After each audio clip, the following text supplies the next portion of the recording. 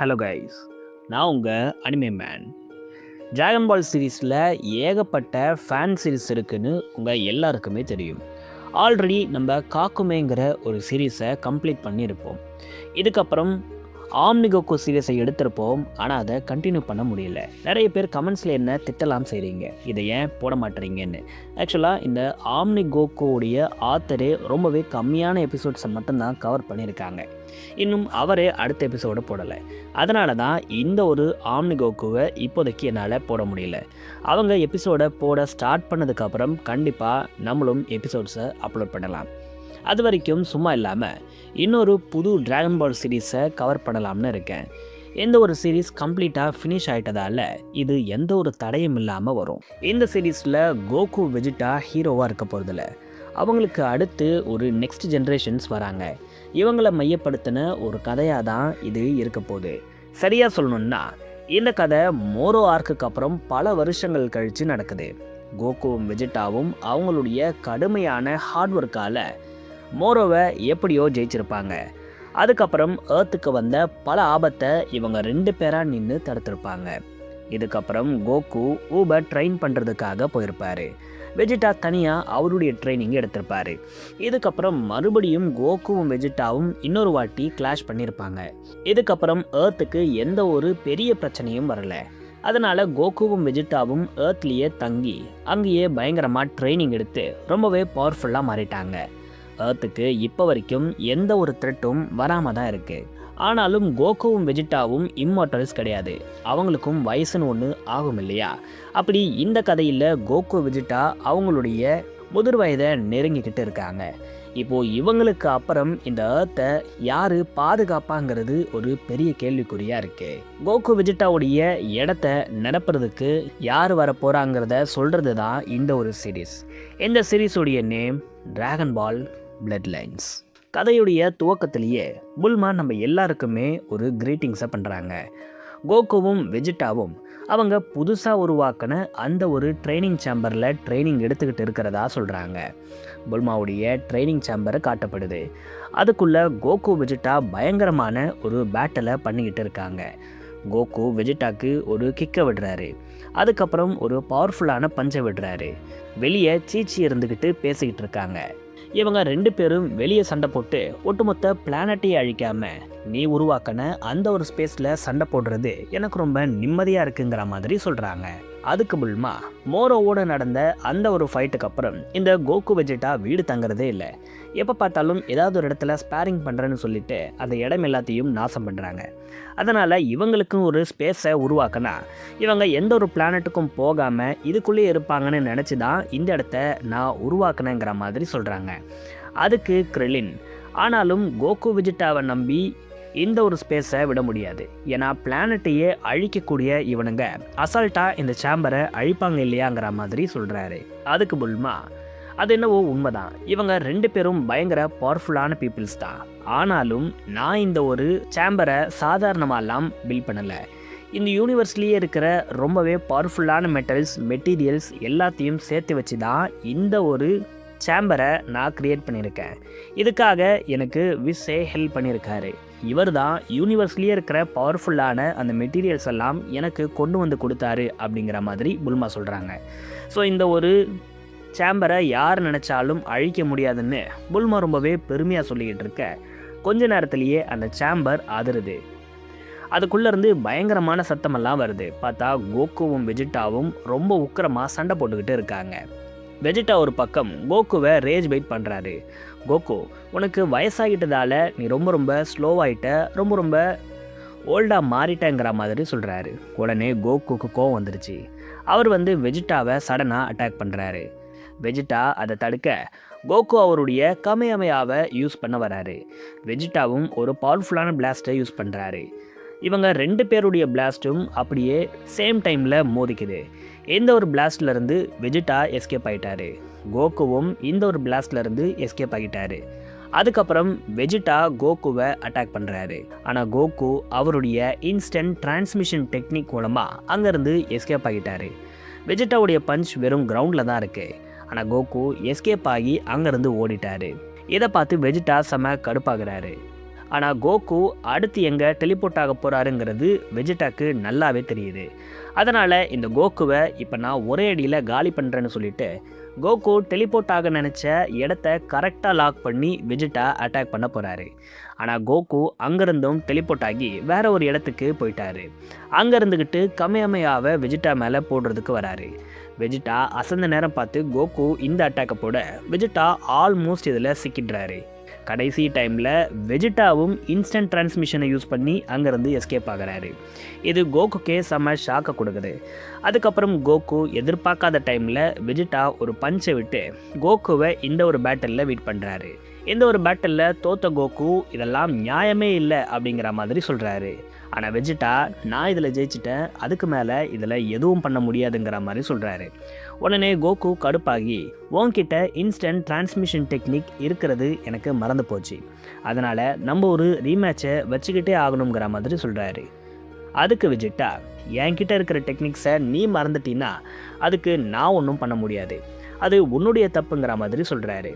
வெஜிடாவுடைய இந்த ஒரு ஸ்டேட்மெண்ட் நியாயமாக இருந்ததால் கோகுவால் அடுத்து எதையும் பேச முடியல. கோகு சிம்பிளாக ஒரு விஷயம் தான் சொல்கிறாரு. சரி, மறுபடியும் ஒரு ரீமேட்சை போடுவோங்கிற மாதிரி சொல்ல வெஜிடாவும் அதுக்கு ஓகே சொல்கிறாரு. இவங்க ரெண்டு பேரும் அவங்களுடைய சூப்பர் சையனை அவாய்ட் பண்ணிட்டு இந்த ஒரு பேட்டலை பண்ணுறதுக்கு ரெடி ஆகிறாங்க.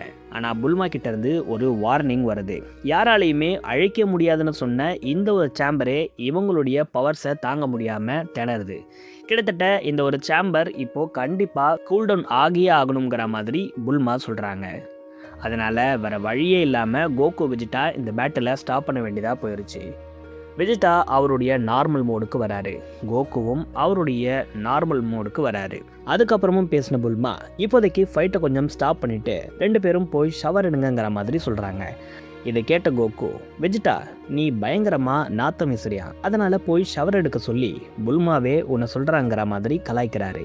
அதுக்கு வெஜிடா செம கடுப்பாகிறாரு. இது எல்லாத்தையும் சேம்பருக்கு வெளியே இருந்துக்கிட்டு கோட்டனும் ட்ரங்க்ஸும் பார்த்துக்கிட்டு இருக்காங்க. கோட்டன் கோகுவை பார்த்து, அப்பா நீ வேணும் தானே இவங்கிட்ட தோத்தங்கிற மாதிரி கேட்டிருப்பாரு. அதுக்கு வெஜிடா பயங்கரமாக முறைக்கிறாரு. இதை பார்த்த கோட்டன், வெஜிடா நான் உங்களை மரியாதை இல்லாமல் பேசலை, நான் சும்மா விளையாட்டுக்கு தான் கேட்டேங்கிற மாதிரி சொல்லிட்டு இருக்காரு. இதை கேட்ட ட்ரங்க்ஸ் கடுப்பாகிறாரு.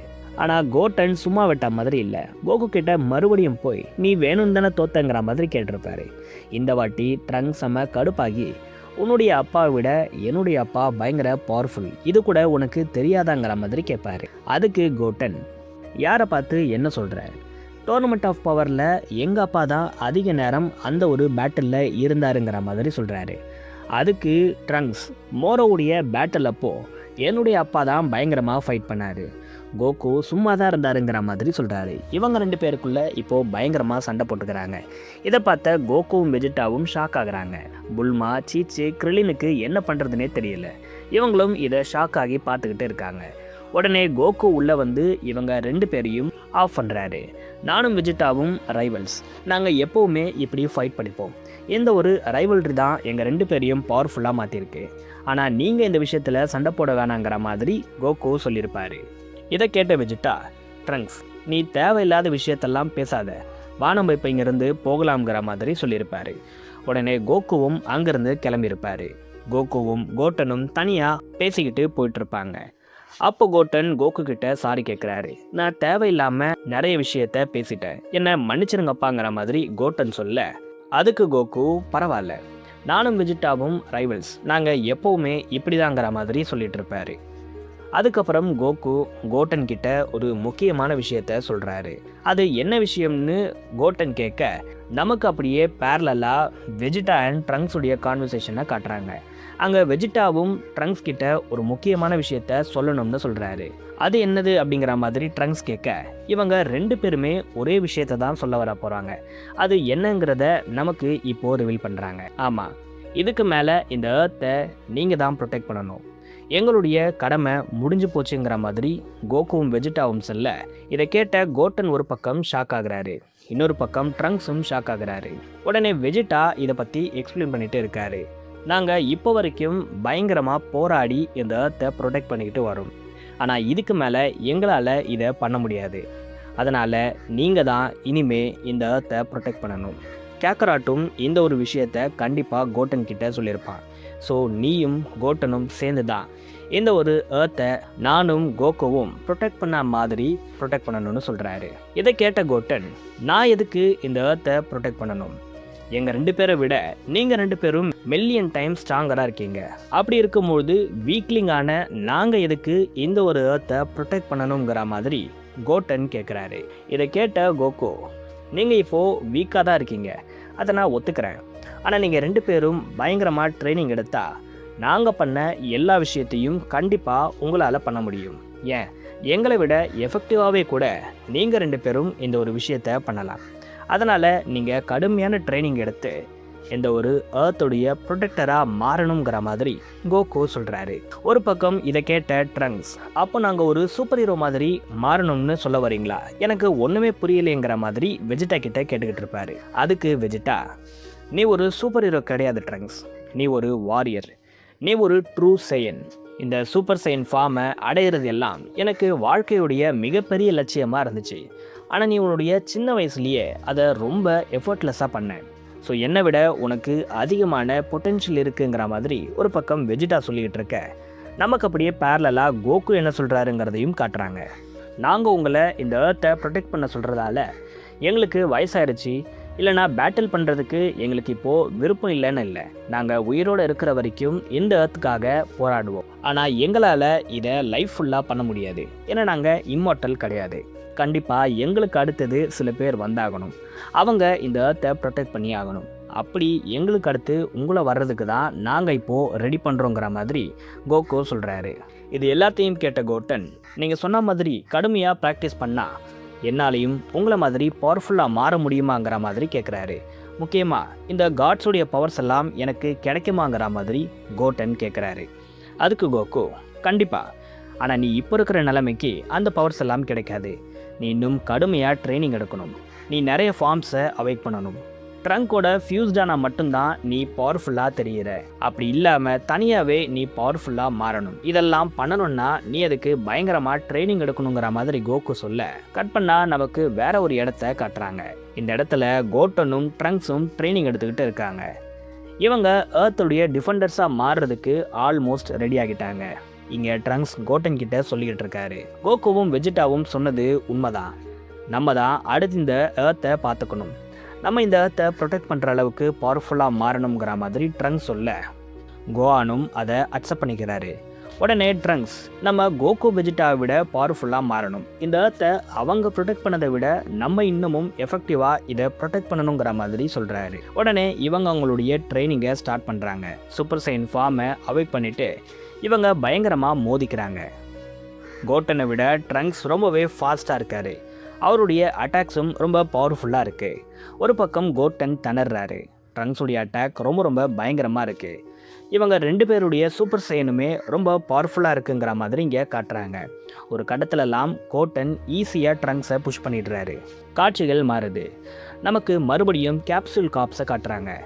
அங்கே புல்மா ஒரு ஸ்டேஞ்சான சிக்னலை ஃபீல் பண்ணுறாங்க. இது என்ன சிக்னல்னு அவங்க பார்க்கும்போது அது ஏர்த்லேருந்து வர்றதை அவங்க கண்டுபிடிக்கிறாங்க. இந்த ஒரு சிக்னல் ரொம்ப பவர்ஃபுல்லாக இருக்கிறதால புல்மாவே ஷாக் ஆகுறாங்க. நமக்கு இப்போது அந்த சிக்னல் வர அந்த ஒரு இடத்த காட்டுறாங்க. அங்கே பயங்கரமான ஃபாக் உருவாகுது. பயங்கரமான சத்தங்களும் கேட்குது. திடீர்னு அங்கே ஒரு ஏலியன் அப்பியர் ஆகுது. இந்த ஒரு ஏலியன் பார்க்குறதுக்கு கிட்டத்தட்ட பீரஸ் மாதிரி தான் இருக்குது. ஆனால் பீரஸ் மாதிரி ஒரு பர்பிளிஷ் கலரில் இல்லாமல் இது ஒயிட் கலரில் இருக்குது. இந்த ஒரு கேரக்டர் விருப்பமே இல்லாமல் தான் ஏர்த்துக்கு வந்த மாதிரி இருக்குது. அது மட்டும் இல்லாமல் இந்த ஏர்த்தில் ஏதோ ஒரு மர்மமான ரிலீக் இருக்கிறதா சொல்கிறாங்க. இந்த ஒரு ரிலீக் எடுக்கிறதுக்காக தான் இந்த கேரக்டர் வந்திருக்கிறதா சொல்லுது. இந்த சிக்னலை ஸ்கேன் பண்ணிக்கிட்டு இருக்கிற புல்மாக்கு செம ஷாக். ஏன்னா இந்த ஏலியன் இப்போது லேண்ட் ஆகி இருக்கிற அந்த ஒரு இடத்துக்கு பக்கத்தில் தான் ட்ரங்க்ஸும் கோட்டனும் ட்ரைனிங் எடுத்துக்கிட்டு இருக்காங்க. உடனே இவங்க ட்ரங்க்ஸை காண்டாக்ட் பண்ணுறாங்க. ட்ரங்க்ஸ் கோட்டன் கூட ஒரு பயங்கரமான பேட்டில் பண்ணிக்கிட்டு இருக்காரு. திடீர்னு அப்போது புல்மாவுடைய கால் வர கோட்டன் அவர் ஸ்டாப் பண்ணுறாரு. அந்த காலை அட்டன் பண்ணுறாரு. என்ன விஷயம்னு கேட்குறாரு. அப்போ புல்மா, இந்த மாதிரி ஒரு பவர்ஃபுல்லான சிக்னல் உங்கள் பக்கத்தில் வந்துக்கிட்டு இருக்கு, அது என்னன்னு போய் பாருங்கிற மாதிரி சொல்கிறாங்க. இதை கேட்ட ட்ரங்க்ஸுக்கு செம்ம ஹாப்பி. ஏன்னா இந்த ஒரு ட்ரைனிங் ரொம்ப போராக போயிட்டுருக்கு. யாராச்சும் ஒரு ஆப்போனண்ட் இருந்தால் நல்லா இருக்கும்னு இவர் யோசிச்சுட்டு இருந்திருப்பார். இந்த மாதிரி டைமில் கரெக்டாக ஒரு ஏலியன் வந்திருக்குன்னு தெரிஞ்ச உடனே இவர் ஹாப்பி ஆகிடுறாரு. இந்த ஒரு ஏலியன் அடித்து நம்ம ப்ராக்டிஸ் பண்ணிப்போங்கிற மாதிரி சொல்லிட்டு அங்கேருந்து இவங்க 2 பேரும் போகிறாங்க. ஏர்த்துக்கு வந்த அந்த ஒரு ஏலியன் இந்த ஒரு ரிலேக்கு எங்கே இருக்குங்கிற மாதிரி யோசிச்சுக்கிட்டு இருக்கு. அது ரொம்ப சீக்கிரமாகவே கிடச்சிட்டா வேலையை முடிச்சுட்டு நான் வீட்டை போய் சேருவேங்கிற மாதிரி யோசிச்சுட்டு இருக்க அங்கே திடீர்னு 2 ப்ரெசன்ஸ் வர்றத இந்த ஒரு ஏலியன் ஃபீல் பண்ணுது. ஏர்த்துக்கு வந்த இந்த ஒரு புதுவிதமான ஏலியனை கோட்டனும் ட்ரங்க்ஸும் பார்க்குறாங்க. முதல்ல இதை இவங்க பார்த்துட்டு பீரஸ்ன்னு நினச்சிக்கிட்டாங்க. லார்ட் பீரஸ் ஏர்த்தில் என்ன பண்ணுறாரு, எந்த ஒரு இன்ஃபர்மேஷனுமே இல்லாமல் எதுக்காக இவர் ஏர்த்துக்கு வந்தார், அது மட்டும் இல்லாமல் விஸ்ஸை எங்கேயுமே பார்க்க முடியலேங்கிற மாதிரி ரொம்பவே குழம்பி போய் ட்ரங்க்ஸும் கோட்டனும் பார்த்துக்கிட்டு இருக்க அந்த ஏலியன் ட்ரங்க்ஸையும் கோட்டனையும் பார்த்துருச்சு. எனக்கு டைம் பாஸ் ஆகலைன்னு நினச்சிக்கிட்டே இருந்தேன். 2 புள்ளப்பூச்சிங்க வந்துருச்சு, இதுங்களை அடித்து டைம் பாஸ் பண்ண வேண்டியதுதாங்கிற மாதிரி அந்த ஒரு ஏலியன் சொல்ல ட்ரங்க்ஸும் கோட்டனும் கீழே இறங்குறாங்க. இது பீரஸ் இல்லை, இது வேற யாரோங்கிறத 2 பேரும் புரிஞ்சுக்கிட்டாங்க. நீ யாரு, எதுக்காக இந்த ஏர்த்துக்கு வந்தங்கிற மாதிரி கேட்குறாங்க. அதுக்கு அந்த ஏலியன், நான் உங்களை மாதிரியான வீக்லிங்ஸ் கிட்டலாம் பேசுறது இல்லைங்கிற மாதிரி சொல்கிறாங்க. இதை கேட்டு கடுப்பான ட்ரங்க்ஸ், யார் வீக்லிங்கிறத நான் உனக்கு இப்போ காட்டுறேன்னு சொல்லிட்டு பேட்டிலுக்கு ரெடி ஆகிறாரு. ஒரு பக்கம் கோட்டனும் ரெடி ஆகிட்டு இருக்காரு. 2 பேரும் பயங்கரமாக போஸெல்லாம் கொடுத்துட்டு இந்த ஒரு பேட்டிலுக்கு ரெடி ஆகிறாங்க. ஆனால் அந்த ஏலியன் அசால்ட்டாக ட்ரங்க்ஸுடைய அட்டாக்ஸை பிளாக் பண்ணி அவரை பின்னாடி தள்ளிடுது. ட்ரங்க்ஸ் உடனே யோசிக்காமல் சூப்பர் சையனை ஆக்டிவேட் பண்ணிவிட்டு அவங்கள அட்டாக் பண்ண போகிறாரு. ஆனால் இந்த ஒரு பவர்ஸ்க்கு அந்த ஒரு ஏலியன் சர்ப்ரைஸே ஆகலை. இதுவும் ரொம்ப ரொம்ப வீக்கான ஒரு பவர்ஸாக தான் அந்த ஒரு ஏலியன் நினைக்குது. ட்ரங்க்ஸ் ரொம்பவே கடுப்பாகிட்டு சூப்பர் சையன் மோட்லேயே போய் அந்த ஒரு ஏலியனை அட்டாக் பண்ண பார்க்குறாரு. ட்ரங்க்ஸ் கிட்ட போய் ஒரு பயங்கரமான பஞ்சை அந்த ஒரு ஏலியனுக்கு வைக்கிறாரு. ஆனால் அந்த ஏலியன் அசைய கூட இல்லை. ஏன்னா இது ரொம்ப ரொம்ப ஒரு வீக்கான பஞ்சாக தான் அந்த ஏலியனுக்கு இருக்குது. பஞ்ச் விட்ட ட்ரங்க்ஸுடைய கையை பிடிச்சி அப்படியே மடக்கி ட்ரங்க்ஸை தூக்கி வீசி அந்த ஏலியன் எரியுது. இதை பார்த்த கோவான் ஷாக் ஆகி அந்த ஏலியனை அட்டாக் பண்ண அவரும் வராரு. ஆனால் அந்த ஒரு ஏலியன் கோட்டனை பயங்கரமாலாம் அட்டாக் பண்ணாமல் அதோடைய வாளாலேயே அசால்ட்டாக அடித்து கோட்டனை தூக்கி வீசி எறிஞ்சிருது. உடனே ட்ரங்க்ஸும் கோட்டனும் அங்கேருந்து எழுந்திக்கிறாங்க. இதுக்கு மேலே வர வழியே இல்லை, நம்ம 2 பேரும் ஃபியூஸ் ஆனால் தான் இந்த ஒரு ஏலியனை சமாளிக்க முடியும்னு 2 பேரும் புரிஞ்சுக்கிட்டு ஃபியூஸ் பண்ணுறதுக்கு 2 பேரும் ஆல்மோஸ்ட் ரெடி ஆகும்போது அந்த ஏலியன் இவங்களுடைய ஃபியூசிங்கை தடுத்து 2 பேரையும் தூக்கி வீசி எரிஞ்சிருது. இந்த ஒரு பேட்டில் ரொம்பவே ஃபன்னாக இருக்கும்னு நினச்சேன். ஆனால் எனக்கு ரொம்ப போர் அடிக்குது. அதனால் இந்த ஒரு பேட்டிலில் நான் இப்போவே முடிக்கிறேன்னு சொல்லிட்டு அந்த ஒரு ஏலியன் ட்ரங்க்ஸையும் கோட்டனையும் கொல்றதுக்கு ஒரு பெரிய பவர் பிளாஸ்ட்டை உருவாக்குது. ட்ரங்க்ஸாலையும் கோட்டனாலையும் எதுவும் பண்ண முடியாமல் படுத்து கிடக்கிறாங்க. திடீர்னு ஒரு ஸ்வாட் வந்து அந்த ஏலியனை அட்டாக் பண்ணுது. யார் இதை பண்ணதுன்னு அந்த ஒரு ஏலியன் ஷாக்காகி கேட்க இந்த ஒரு எபிசோட் முடியுது. இதுக்கப்புறம் என்ன ஆச்சு, இந்த ஏலியனை யார் அட்டாக் பண்ணதுங்கிற எல்லா விஷயத்தையும் நான் எபிசோட் 2ல் சொல்கிறேன்.